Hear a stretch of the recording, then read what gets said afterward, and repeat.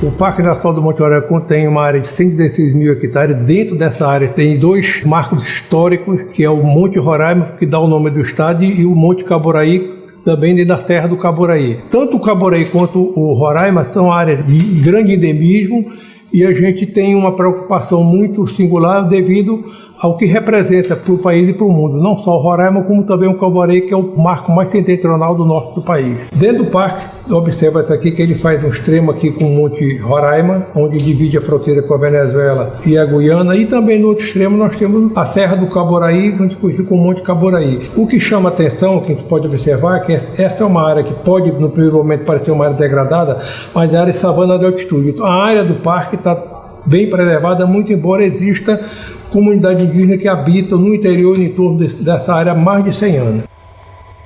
O Caboraí ele faz parte de uma formação geológica e também um aspecto florístico, né, que se distribui além das fronteiras do Brasil, para a Venezuela e para a Guiana. E nesses 2 países já tem trabalhos, né, de flora dessa região mais complexos do que o Brasil. É por isso que, então, essas coletas que a gente fez, muitas são as primeiras citações para o Brasil, porque é uma flora que ocorre só nessa região do país e que não tem trabalhos ainda, né? Até então não tinha nenhuma publicação sobre descrição da flora daquela região, de espécies de plantas das mais variadas, né? Tanto de plantas superiores, quanto também de vegetais inferiores. Então, esse primeiro trabalho publicado, né, resultou de um esforço entre o professor Rodrigo, que é professor da Universidade Federal de Roraima, e a doutora Andréia, que é pesquisadora do Museu Integrado de Roraima. Então é um trabalho com a família Rapateácea, né, em que são citadas 5 novas espécies da família para o Brasil. E dessas 5, 3 foram das coletas realizadas em 98, durante a expedição que fizemos. São 3 espécies do gênero Stegolepis. Neste ano, me parece, houve uma expedição do herbário do Jardim Botânico do Rio de Janeiro. Então isso não só ampliou o número de espécies coletadas, como também o número de exemplares de uma mesma espécie, o que possibilita, né, produzir trabalhos científicos mais robustos, mais completos, né, e, consequentemente, obter um conhecimento mais aprofundado da flora daquela região, que é muito peculiar. Uma coisa muito interessante nessa região do Monte Roraima, Monte Caboraí, ou na Serra do Caboraí, é o tipo de vegetação que se encontra lá. São vegetações que pararam de evoluir há muitos milhares de anos. A pergunta é por que tem aquele tipo de vegetação diferenciada, né? Uma vegetação tipo relíquia, tipo endêmica, que a gente chama, né, tecnicamente, e não tem em outras regiões mais ao sul, né, ou mais ao norte, nas regiões mais baixas. Isso é em função da ocorrência de que se chamam glaciações que tiveram na Terra. A última glaciação que a gente conhece, aproximadamente 12 mil anos atrás, essa glaciação ela ocorreu e mudou totalmente o clima da Terra. Agora, como é que surgiu a glaciação? Por que surge a glaciação? A glaciação ela surge porque tem excesso de frio, não é? E por que teve excesso de frio? Por que a Terra esfriou rapidamente? Aí então tem explicações do vulcanismo em excesso, grande quantidade de vulcões ao mesmo tempo, gerando uma camada que evitou que a radiação solar chegasse com máxima intensidade na superfície da Terra. Isso fez com que a temperatura caísse. E a temperatura, quando cai, o que vai gerar? Gelo. E o gelo precisa ter baixa temperatura e o quê? Água. E de onde que as geleiras que começaram a evoluir, né, na glaciação, tiraram essa água? Tiraram dos mares, tanto que os mares baixaram 100 metros, aproximadamente, em todo o mundo, né? Aonde mais tiraria? Tiraria também do ar atmosférico, o ar ficou mais seco. E outra coisa, quando o mar ficou mais frio, ele deixou de evaporar com grande intensidade, como evapora normalmente. Hoje em dia a Amazônia vive do vapor d'água que vem do oceano, porque é uma região equatorial mais quente. Mas na época que ficou frio, não teve evaporação e a Amazônia se transformou realmente numa grande savana ou até caatinga e algumas regiões até desérticas. Aqui em Roraima nós temos 3 áreas que mostram que tem dunas fossilizadas, uma aqui no Tucano, na região do Tucano, quem vai para Bonfim, outra na região do Anauá, quem vai para o sul do estado, e outra no Catrimane, né, que ficaria mais na divisa com a Amazônia. Então isso daí mostra que teve um clima seco na Amazônia. A vegetação exuberante que tem a Amazônia sumiu e ficou no topo das serras, porque onde que tinha um pouquinho mais de umidade, Então aí deu condições para essas plantas desenvolverem e se tornarem endêmicas como são hoje. O Monte Caburaí, em termos de vegetação ou associação de vegetação com altitude, tipo de solo, disponibilidade de água, temperatura, é uma coisa fantástica, porque a gente vê uma vegetação rasteira, herbácea em cima das lagoas. As lagoas estão lá, ninguém consegue vê-las. Você consegue caminhar em cima dessa vegetação, que é composta principalmente de uma planta da família Rapateácea, né, chamada Stegolepis guianensis. E depois, na borda dessas lagoas, começam a aparecer as orquídeas. Primeiro, as orquídeas que ficam em contato com o solo próximo dessas lagoas, orquídeas grandes, de mais de 2 metros de altura, aquela haste grande, possivelmente orquídea do gênero Sobralia. E em seguida, você tem uma vegetação com pequenas árvores muito finas, esgalhadas, sempre cheias de orquídeas também. São orquídeas menores, aquelas que precisam de mais luz e conseguem resistir a alta temperatura também, e ficam no topo dessas pequenas árvores esgalhadas. Em seguida você entra na floresta propriamente, onde você tem uma miríade assim, de plantas epífitas, de aráceas, bromélias, orquídeas, todas coladas nas árvores, de troncos normalmente finos. Não tem árvore de tronco muito grosso, os troncos são finos, mas as árvores estão lá cheias de epífitas, cheias de bromélias, cheias de orquídeas, de aráceas. E há uma diversidade grande também que a gente notou de palmeiras. Muitas palmeiras, uma diversidade grande de palmeiras. E essa riqueza toda, em função dessa riqueza ambiental num lugar só, é fantástico para ser pesquisado. É um ambiente a ser ainda explorado cientificamente. Essas áreas ficam relativamente isoladas, porque elas estão num momento de transição entre as savanas aqui do norte da Amazônia e as áreas de floresta de altitude.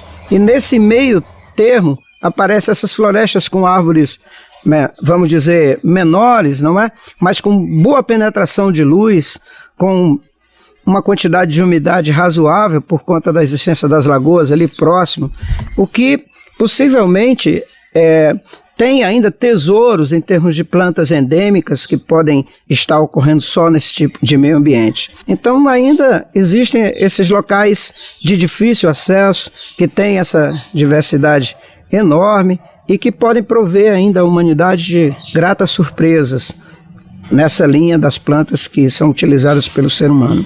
Acesso ao Monte Caburaí é bastante difícil, né? Você consegue chegar no Monte Caburaí via aérea por meio de um helicóptero. Chegando no monte, a gente ficou então 8 dias. Nesse período todo de permanência da nossa equipe, apenas uma única tarde não choveu ou neblinou. O que levou a gente a crer que esse local do estado de Roraima e do Brasil é uma área muito parecida com a área da Serra do Mar, que se chama de uma região superúmida, onde tem muita umidade, em função do dossel, né, da cobertura da floresta ser uma floresta muito aberta, que permite penetração de luz. Há uma desordenada ocupação da vegetação por vários lugares, em pedra, no chão, nas árvores. Então isso faz com que essa região seja uma região diferente dos outros locais. Nesses 8 dias, para a gente foi muito difícil dormir molhado, né, andar molhado, então era o tempo todo a gente vivia úmido como toda a floresta. Mas a cada achado, a cada encontro, a cada descoberta, todo o desconforto era deixado de lado e a euforia de uma nova descoberta para a gente era o que importava. Dentre as coletas que a gente fez lá, as coletas foram muito ricas. E em função da gente não ter esse trabalho publicado no Brasil, a gente chegou a ter 25 novas ocorrências de orquídeas para o Brasil. 5 espécies de bromélias também não citadas. Uma espécie nova de bromélia, 2 novas de orquídea, uma mutuca, que é uma espécie de uma mosca grande, mesmo grupo, que também é uma espécie nova para a ciência. E dentre todos esses achados, uma planta em especial chamou a atenção da gente, que é o Selenipedium, do gênero Selenipedium. É uma espécie que tem a ver com a história evolutiva das orquídeas e das plantas que integram esse grupo das monocotiledôneas, e que faz uma relação com as orquídeas mais recentes. Então, para a gente entender a história evolutiva dessas orquídeas que estão hoje, a gente precisa entender essas orquídeas antigas. E essas orquídeas antigas não são tão bem distribuídas, e a gente não conhecia ela aqui em Roraima. Então ela foi encontrada já no estado do Pará e foi encontrada agora, em 2000, no Monte Caburaí. As orquídeas meio que acompanham os ambientes. À medida que esse ambiente se diferencia, também se diferenciam as orquídeas e, por conta da necessidade das orquídeas de fazer cruzamentos, polinização cruzada, normalmente atendida por insetos, há normalmente algumas orquídeas novas que vão aparecendo em função desses cruzamentos proporcionados pelos polinizadores. O que a gente vê no Caburaí são micro-orquídeas do tamanho da ponta do dedo, até orquídeas grandes, na parte de baixo das árvores, na parte de cima, com diferentes acessos à questão de luz e de umidade. Então, uma diversidade muito grande. Bromélias que beiram assim a 3, 4 metros de altura. Então, é um ambiente ainda a ser descoberto para o mundo.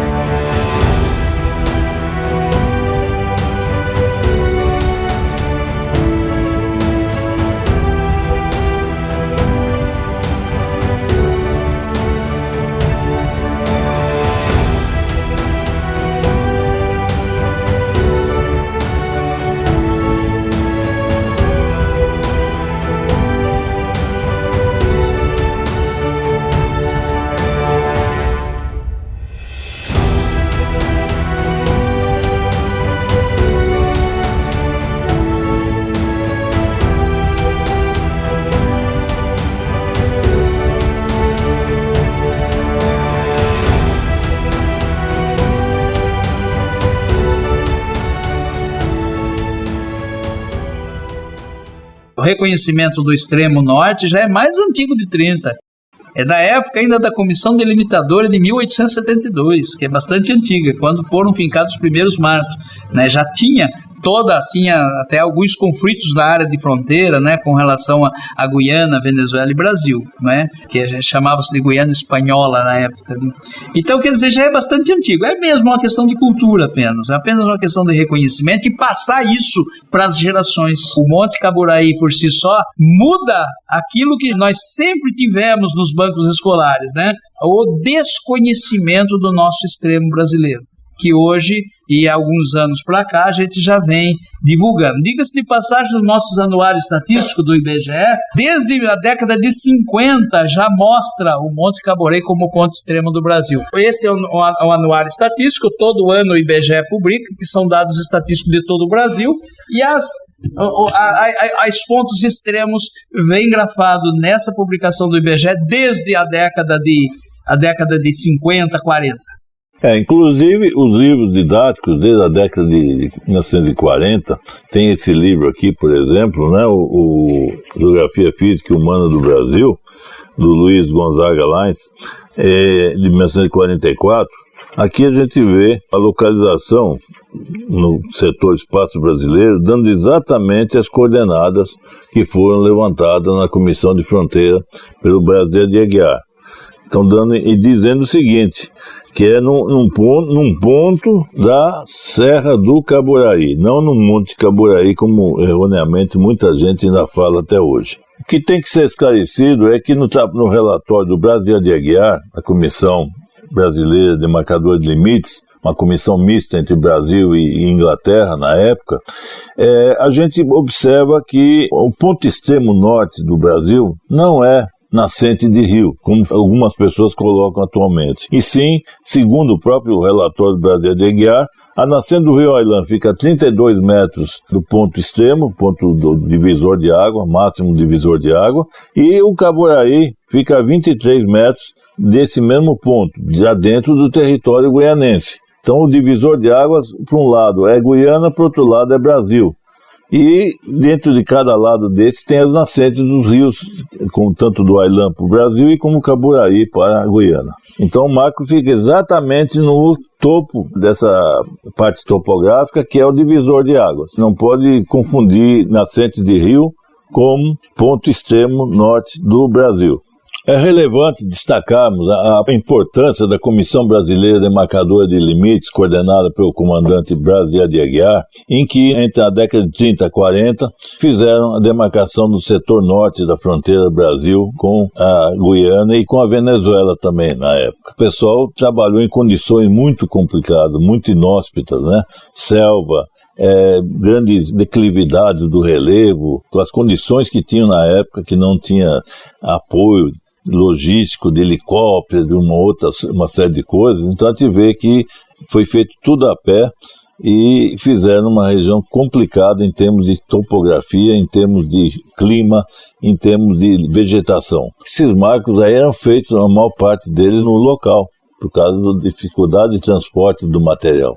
O Rondon esteve aqui na região de Roraima, em 1927, com diversas incumbências feitas pelo governo.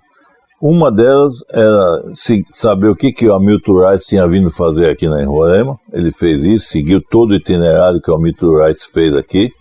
A segunda era fazer uma delimitação e demarcação de uma área indígena, que foi feito um decreto de 1917, ele veio fazer a vivificar a reserva. E o terceiro era fazer inspeção de fronteira. Inspeção não é demarcação de fronteira, simplesmente foi seguindo algumas áreas que tinham sido feitas por outras comissões de demarcadores de fronteira, né? Antes o Sena e uma outra série de pessoas. E então foi isso. O Braz de Aguiar já veio aqui com uma missão muito, muito mais importante, que era a demarcação realmente de fronteira. Era colocar marcos, vivificar a região, né, para poder saber realmente onde passava a fronteira. A comissão ela tinha uma competência muito grande, era muito bem estruturada, tinha equipamentos para uso astronômico, né, e foi feito um trabalho de primeira linha, né, podemos chamar. O Rondon, na época, acreditou que o ponto extremo norte do Brasil seria o Monte Roraima. Inclusive, o Rondon nunca esteve na região do Caburaí, não conhecia aquela região. Ele colocou diversos marcos de inspeção de fronteira. Esse daí a gente vê na região do Caramambatai, nós temos um marco desse. Junto com o marco que o Braz de Aguiar, posteriormente, né, ele colocou como marco de fronteira mesmo. Qual a diferença de um e de outro? O marco lá de Caramambatai, por exemplo, está escrito AMR, Antônio Mariano Rondon, que é o filho do Rondon, que estava na mesma expedição. Então foi colocado um marco de cimento, bem simples, né? Só tem as coordenadas e tem o nome AMR. E do lado, bem pertinho, tem o marco da Comissão Brasileira Demarcadora de Limites, que tem um brasão da República, né, bem nítido, e colocando lá todos os dados, as coordenadas, etc. Aí um outro mistério com relação a marcos foi o marco B11A, que o Braz de Aguiar instalou, colocou na região do divisor de água lá do Ailã com o Caburaí, e que é o ponto extremo norte do Brasil, né? Esse marco ficou, depois da expedição da Comissão Demarcadora de Limite, nunca mais foi lembrado, nunca mais foi pensado. Finalmente, em 2013, uma expedição feita por pessoas que não eram especializadas na coisa, eram excursionistas, juntamente com os índios em Garicó, conseguiram achar o marco de novo. Né? O marco não tinha sumido. O marco estava simplesmente no mesmo lugar que foi colocado pelo Braz de Aguiar, só que cheio de vegetação, cheio de um monte de outras coisas.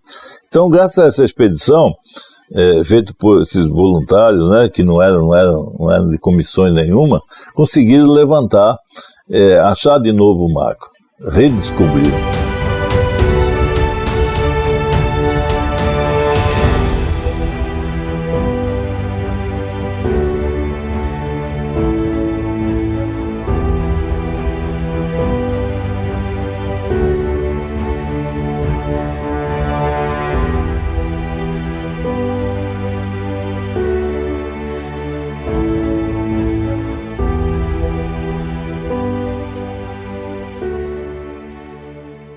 A expedição à Serra do Caboraí, aonde está inserido o Monte Caburaí, o extremo norte do Brasil, é uma expedição selvagem, uma expedição muito dura, uma expedição que não é para qualquer pessoa, tem que ter um preparo, uma certa experiência e, sobretudo, contar com a experiência dos guias e de toda a equipe que acompanha para obter sucesso. Em 2013, organizamos então a segunda expedição à Serra do Caburaí. Agora uma proposta bem mais arrojada, com montanhistas experimentados, justamente porque essa viagem não é uma viagem muito fácil de se fazer. Envolve muita natureza virgem, trilhas ainda não abertas, acesso a locais ainda não, naquela época, não marcados por GPS, por coordenadas geográficas. Conseguimos chegar ao topo do Monte Caburaí, inclusive localizando os marcos de fronteira do BG-11A, e onde vivem os índios Ingaricós, que foram o nosso ponto de apoio e o nosso staff, os nossos guias também nessa região. É verdade. Colaborando com o Magno, é que esse sonho desde 2006 de atingir o Monte Caburaí através de um trekking. 2006, maio e novembro,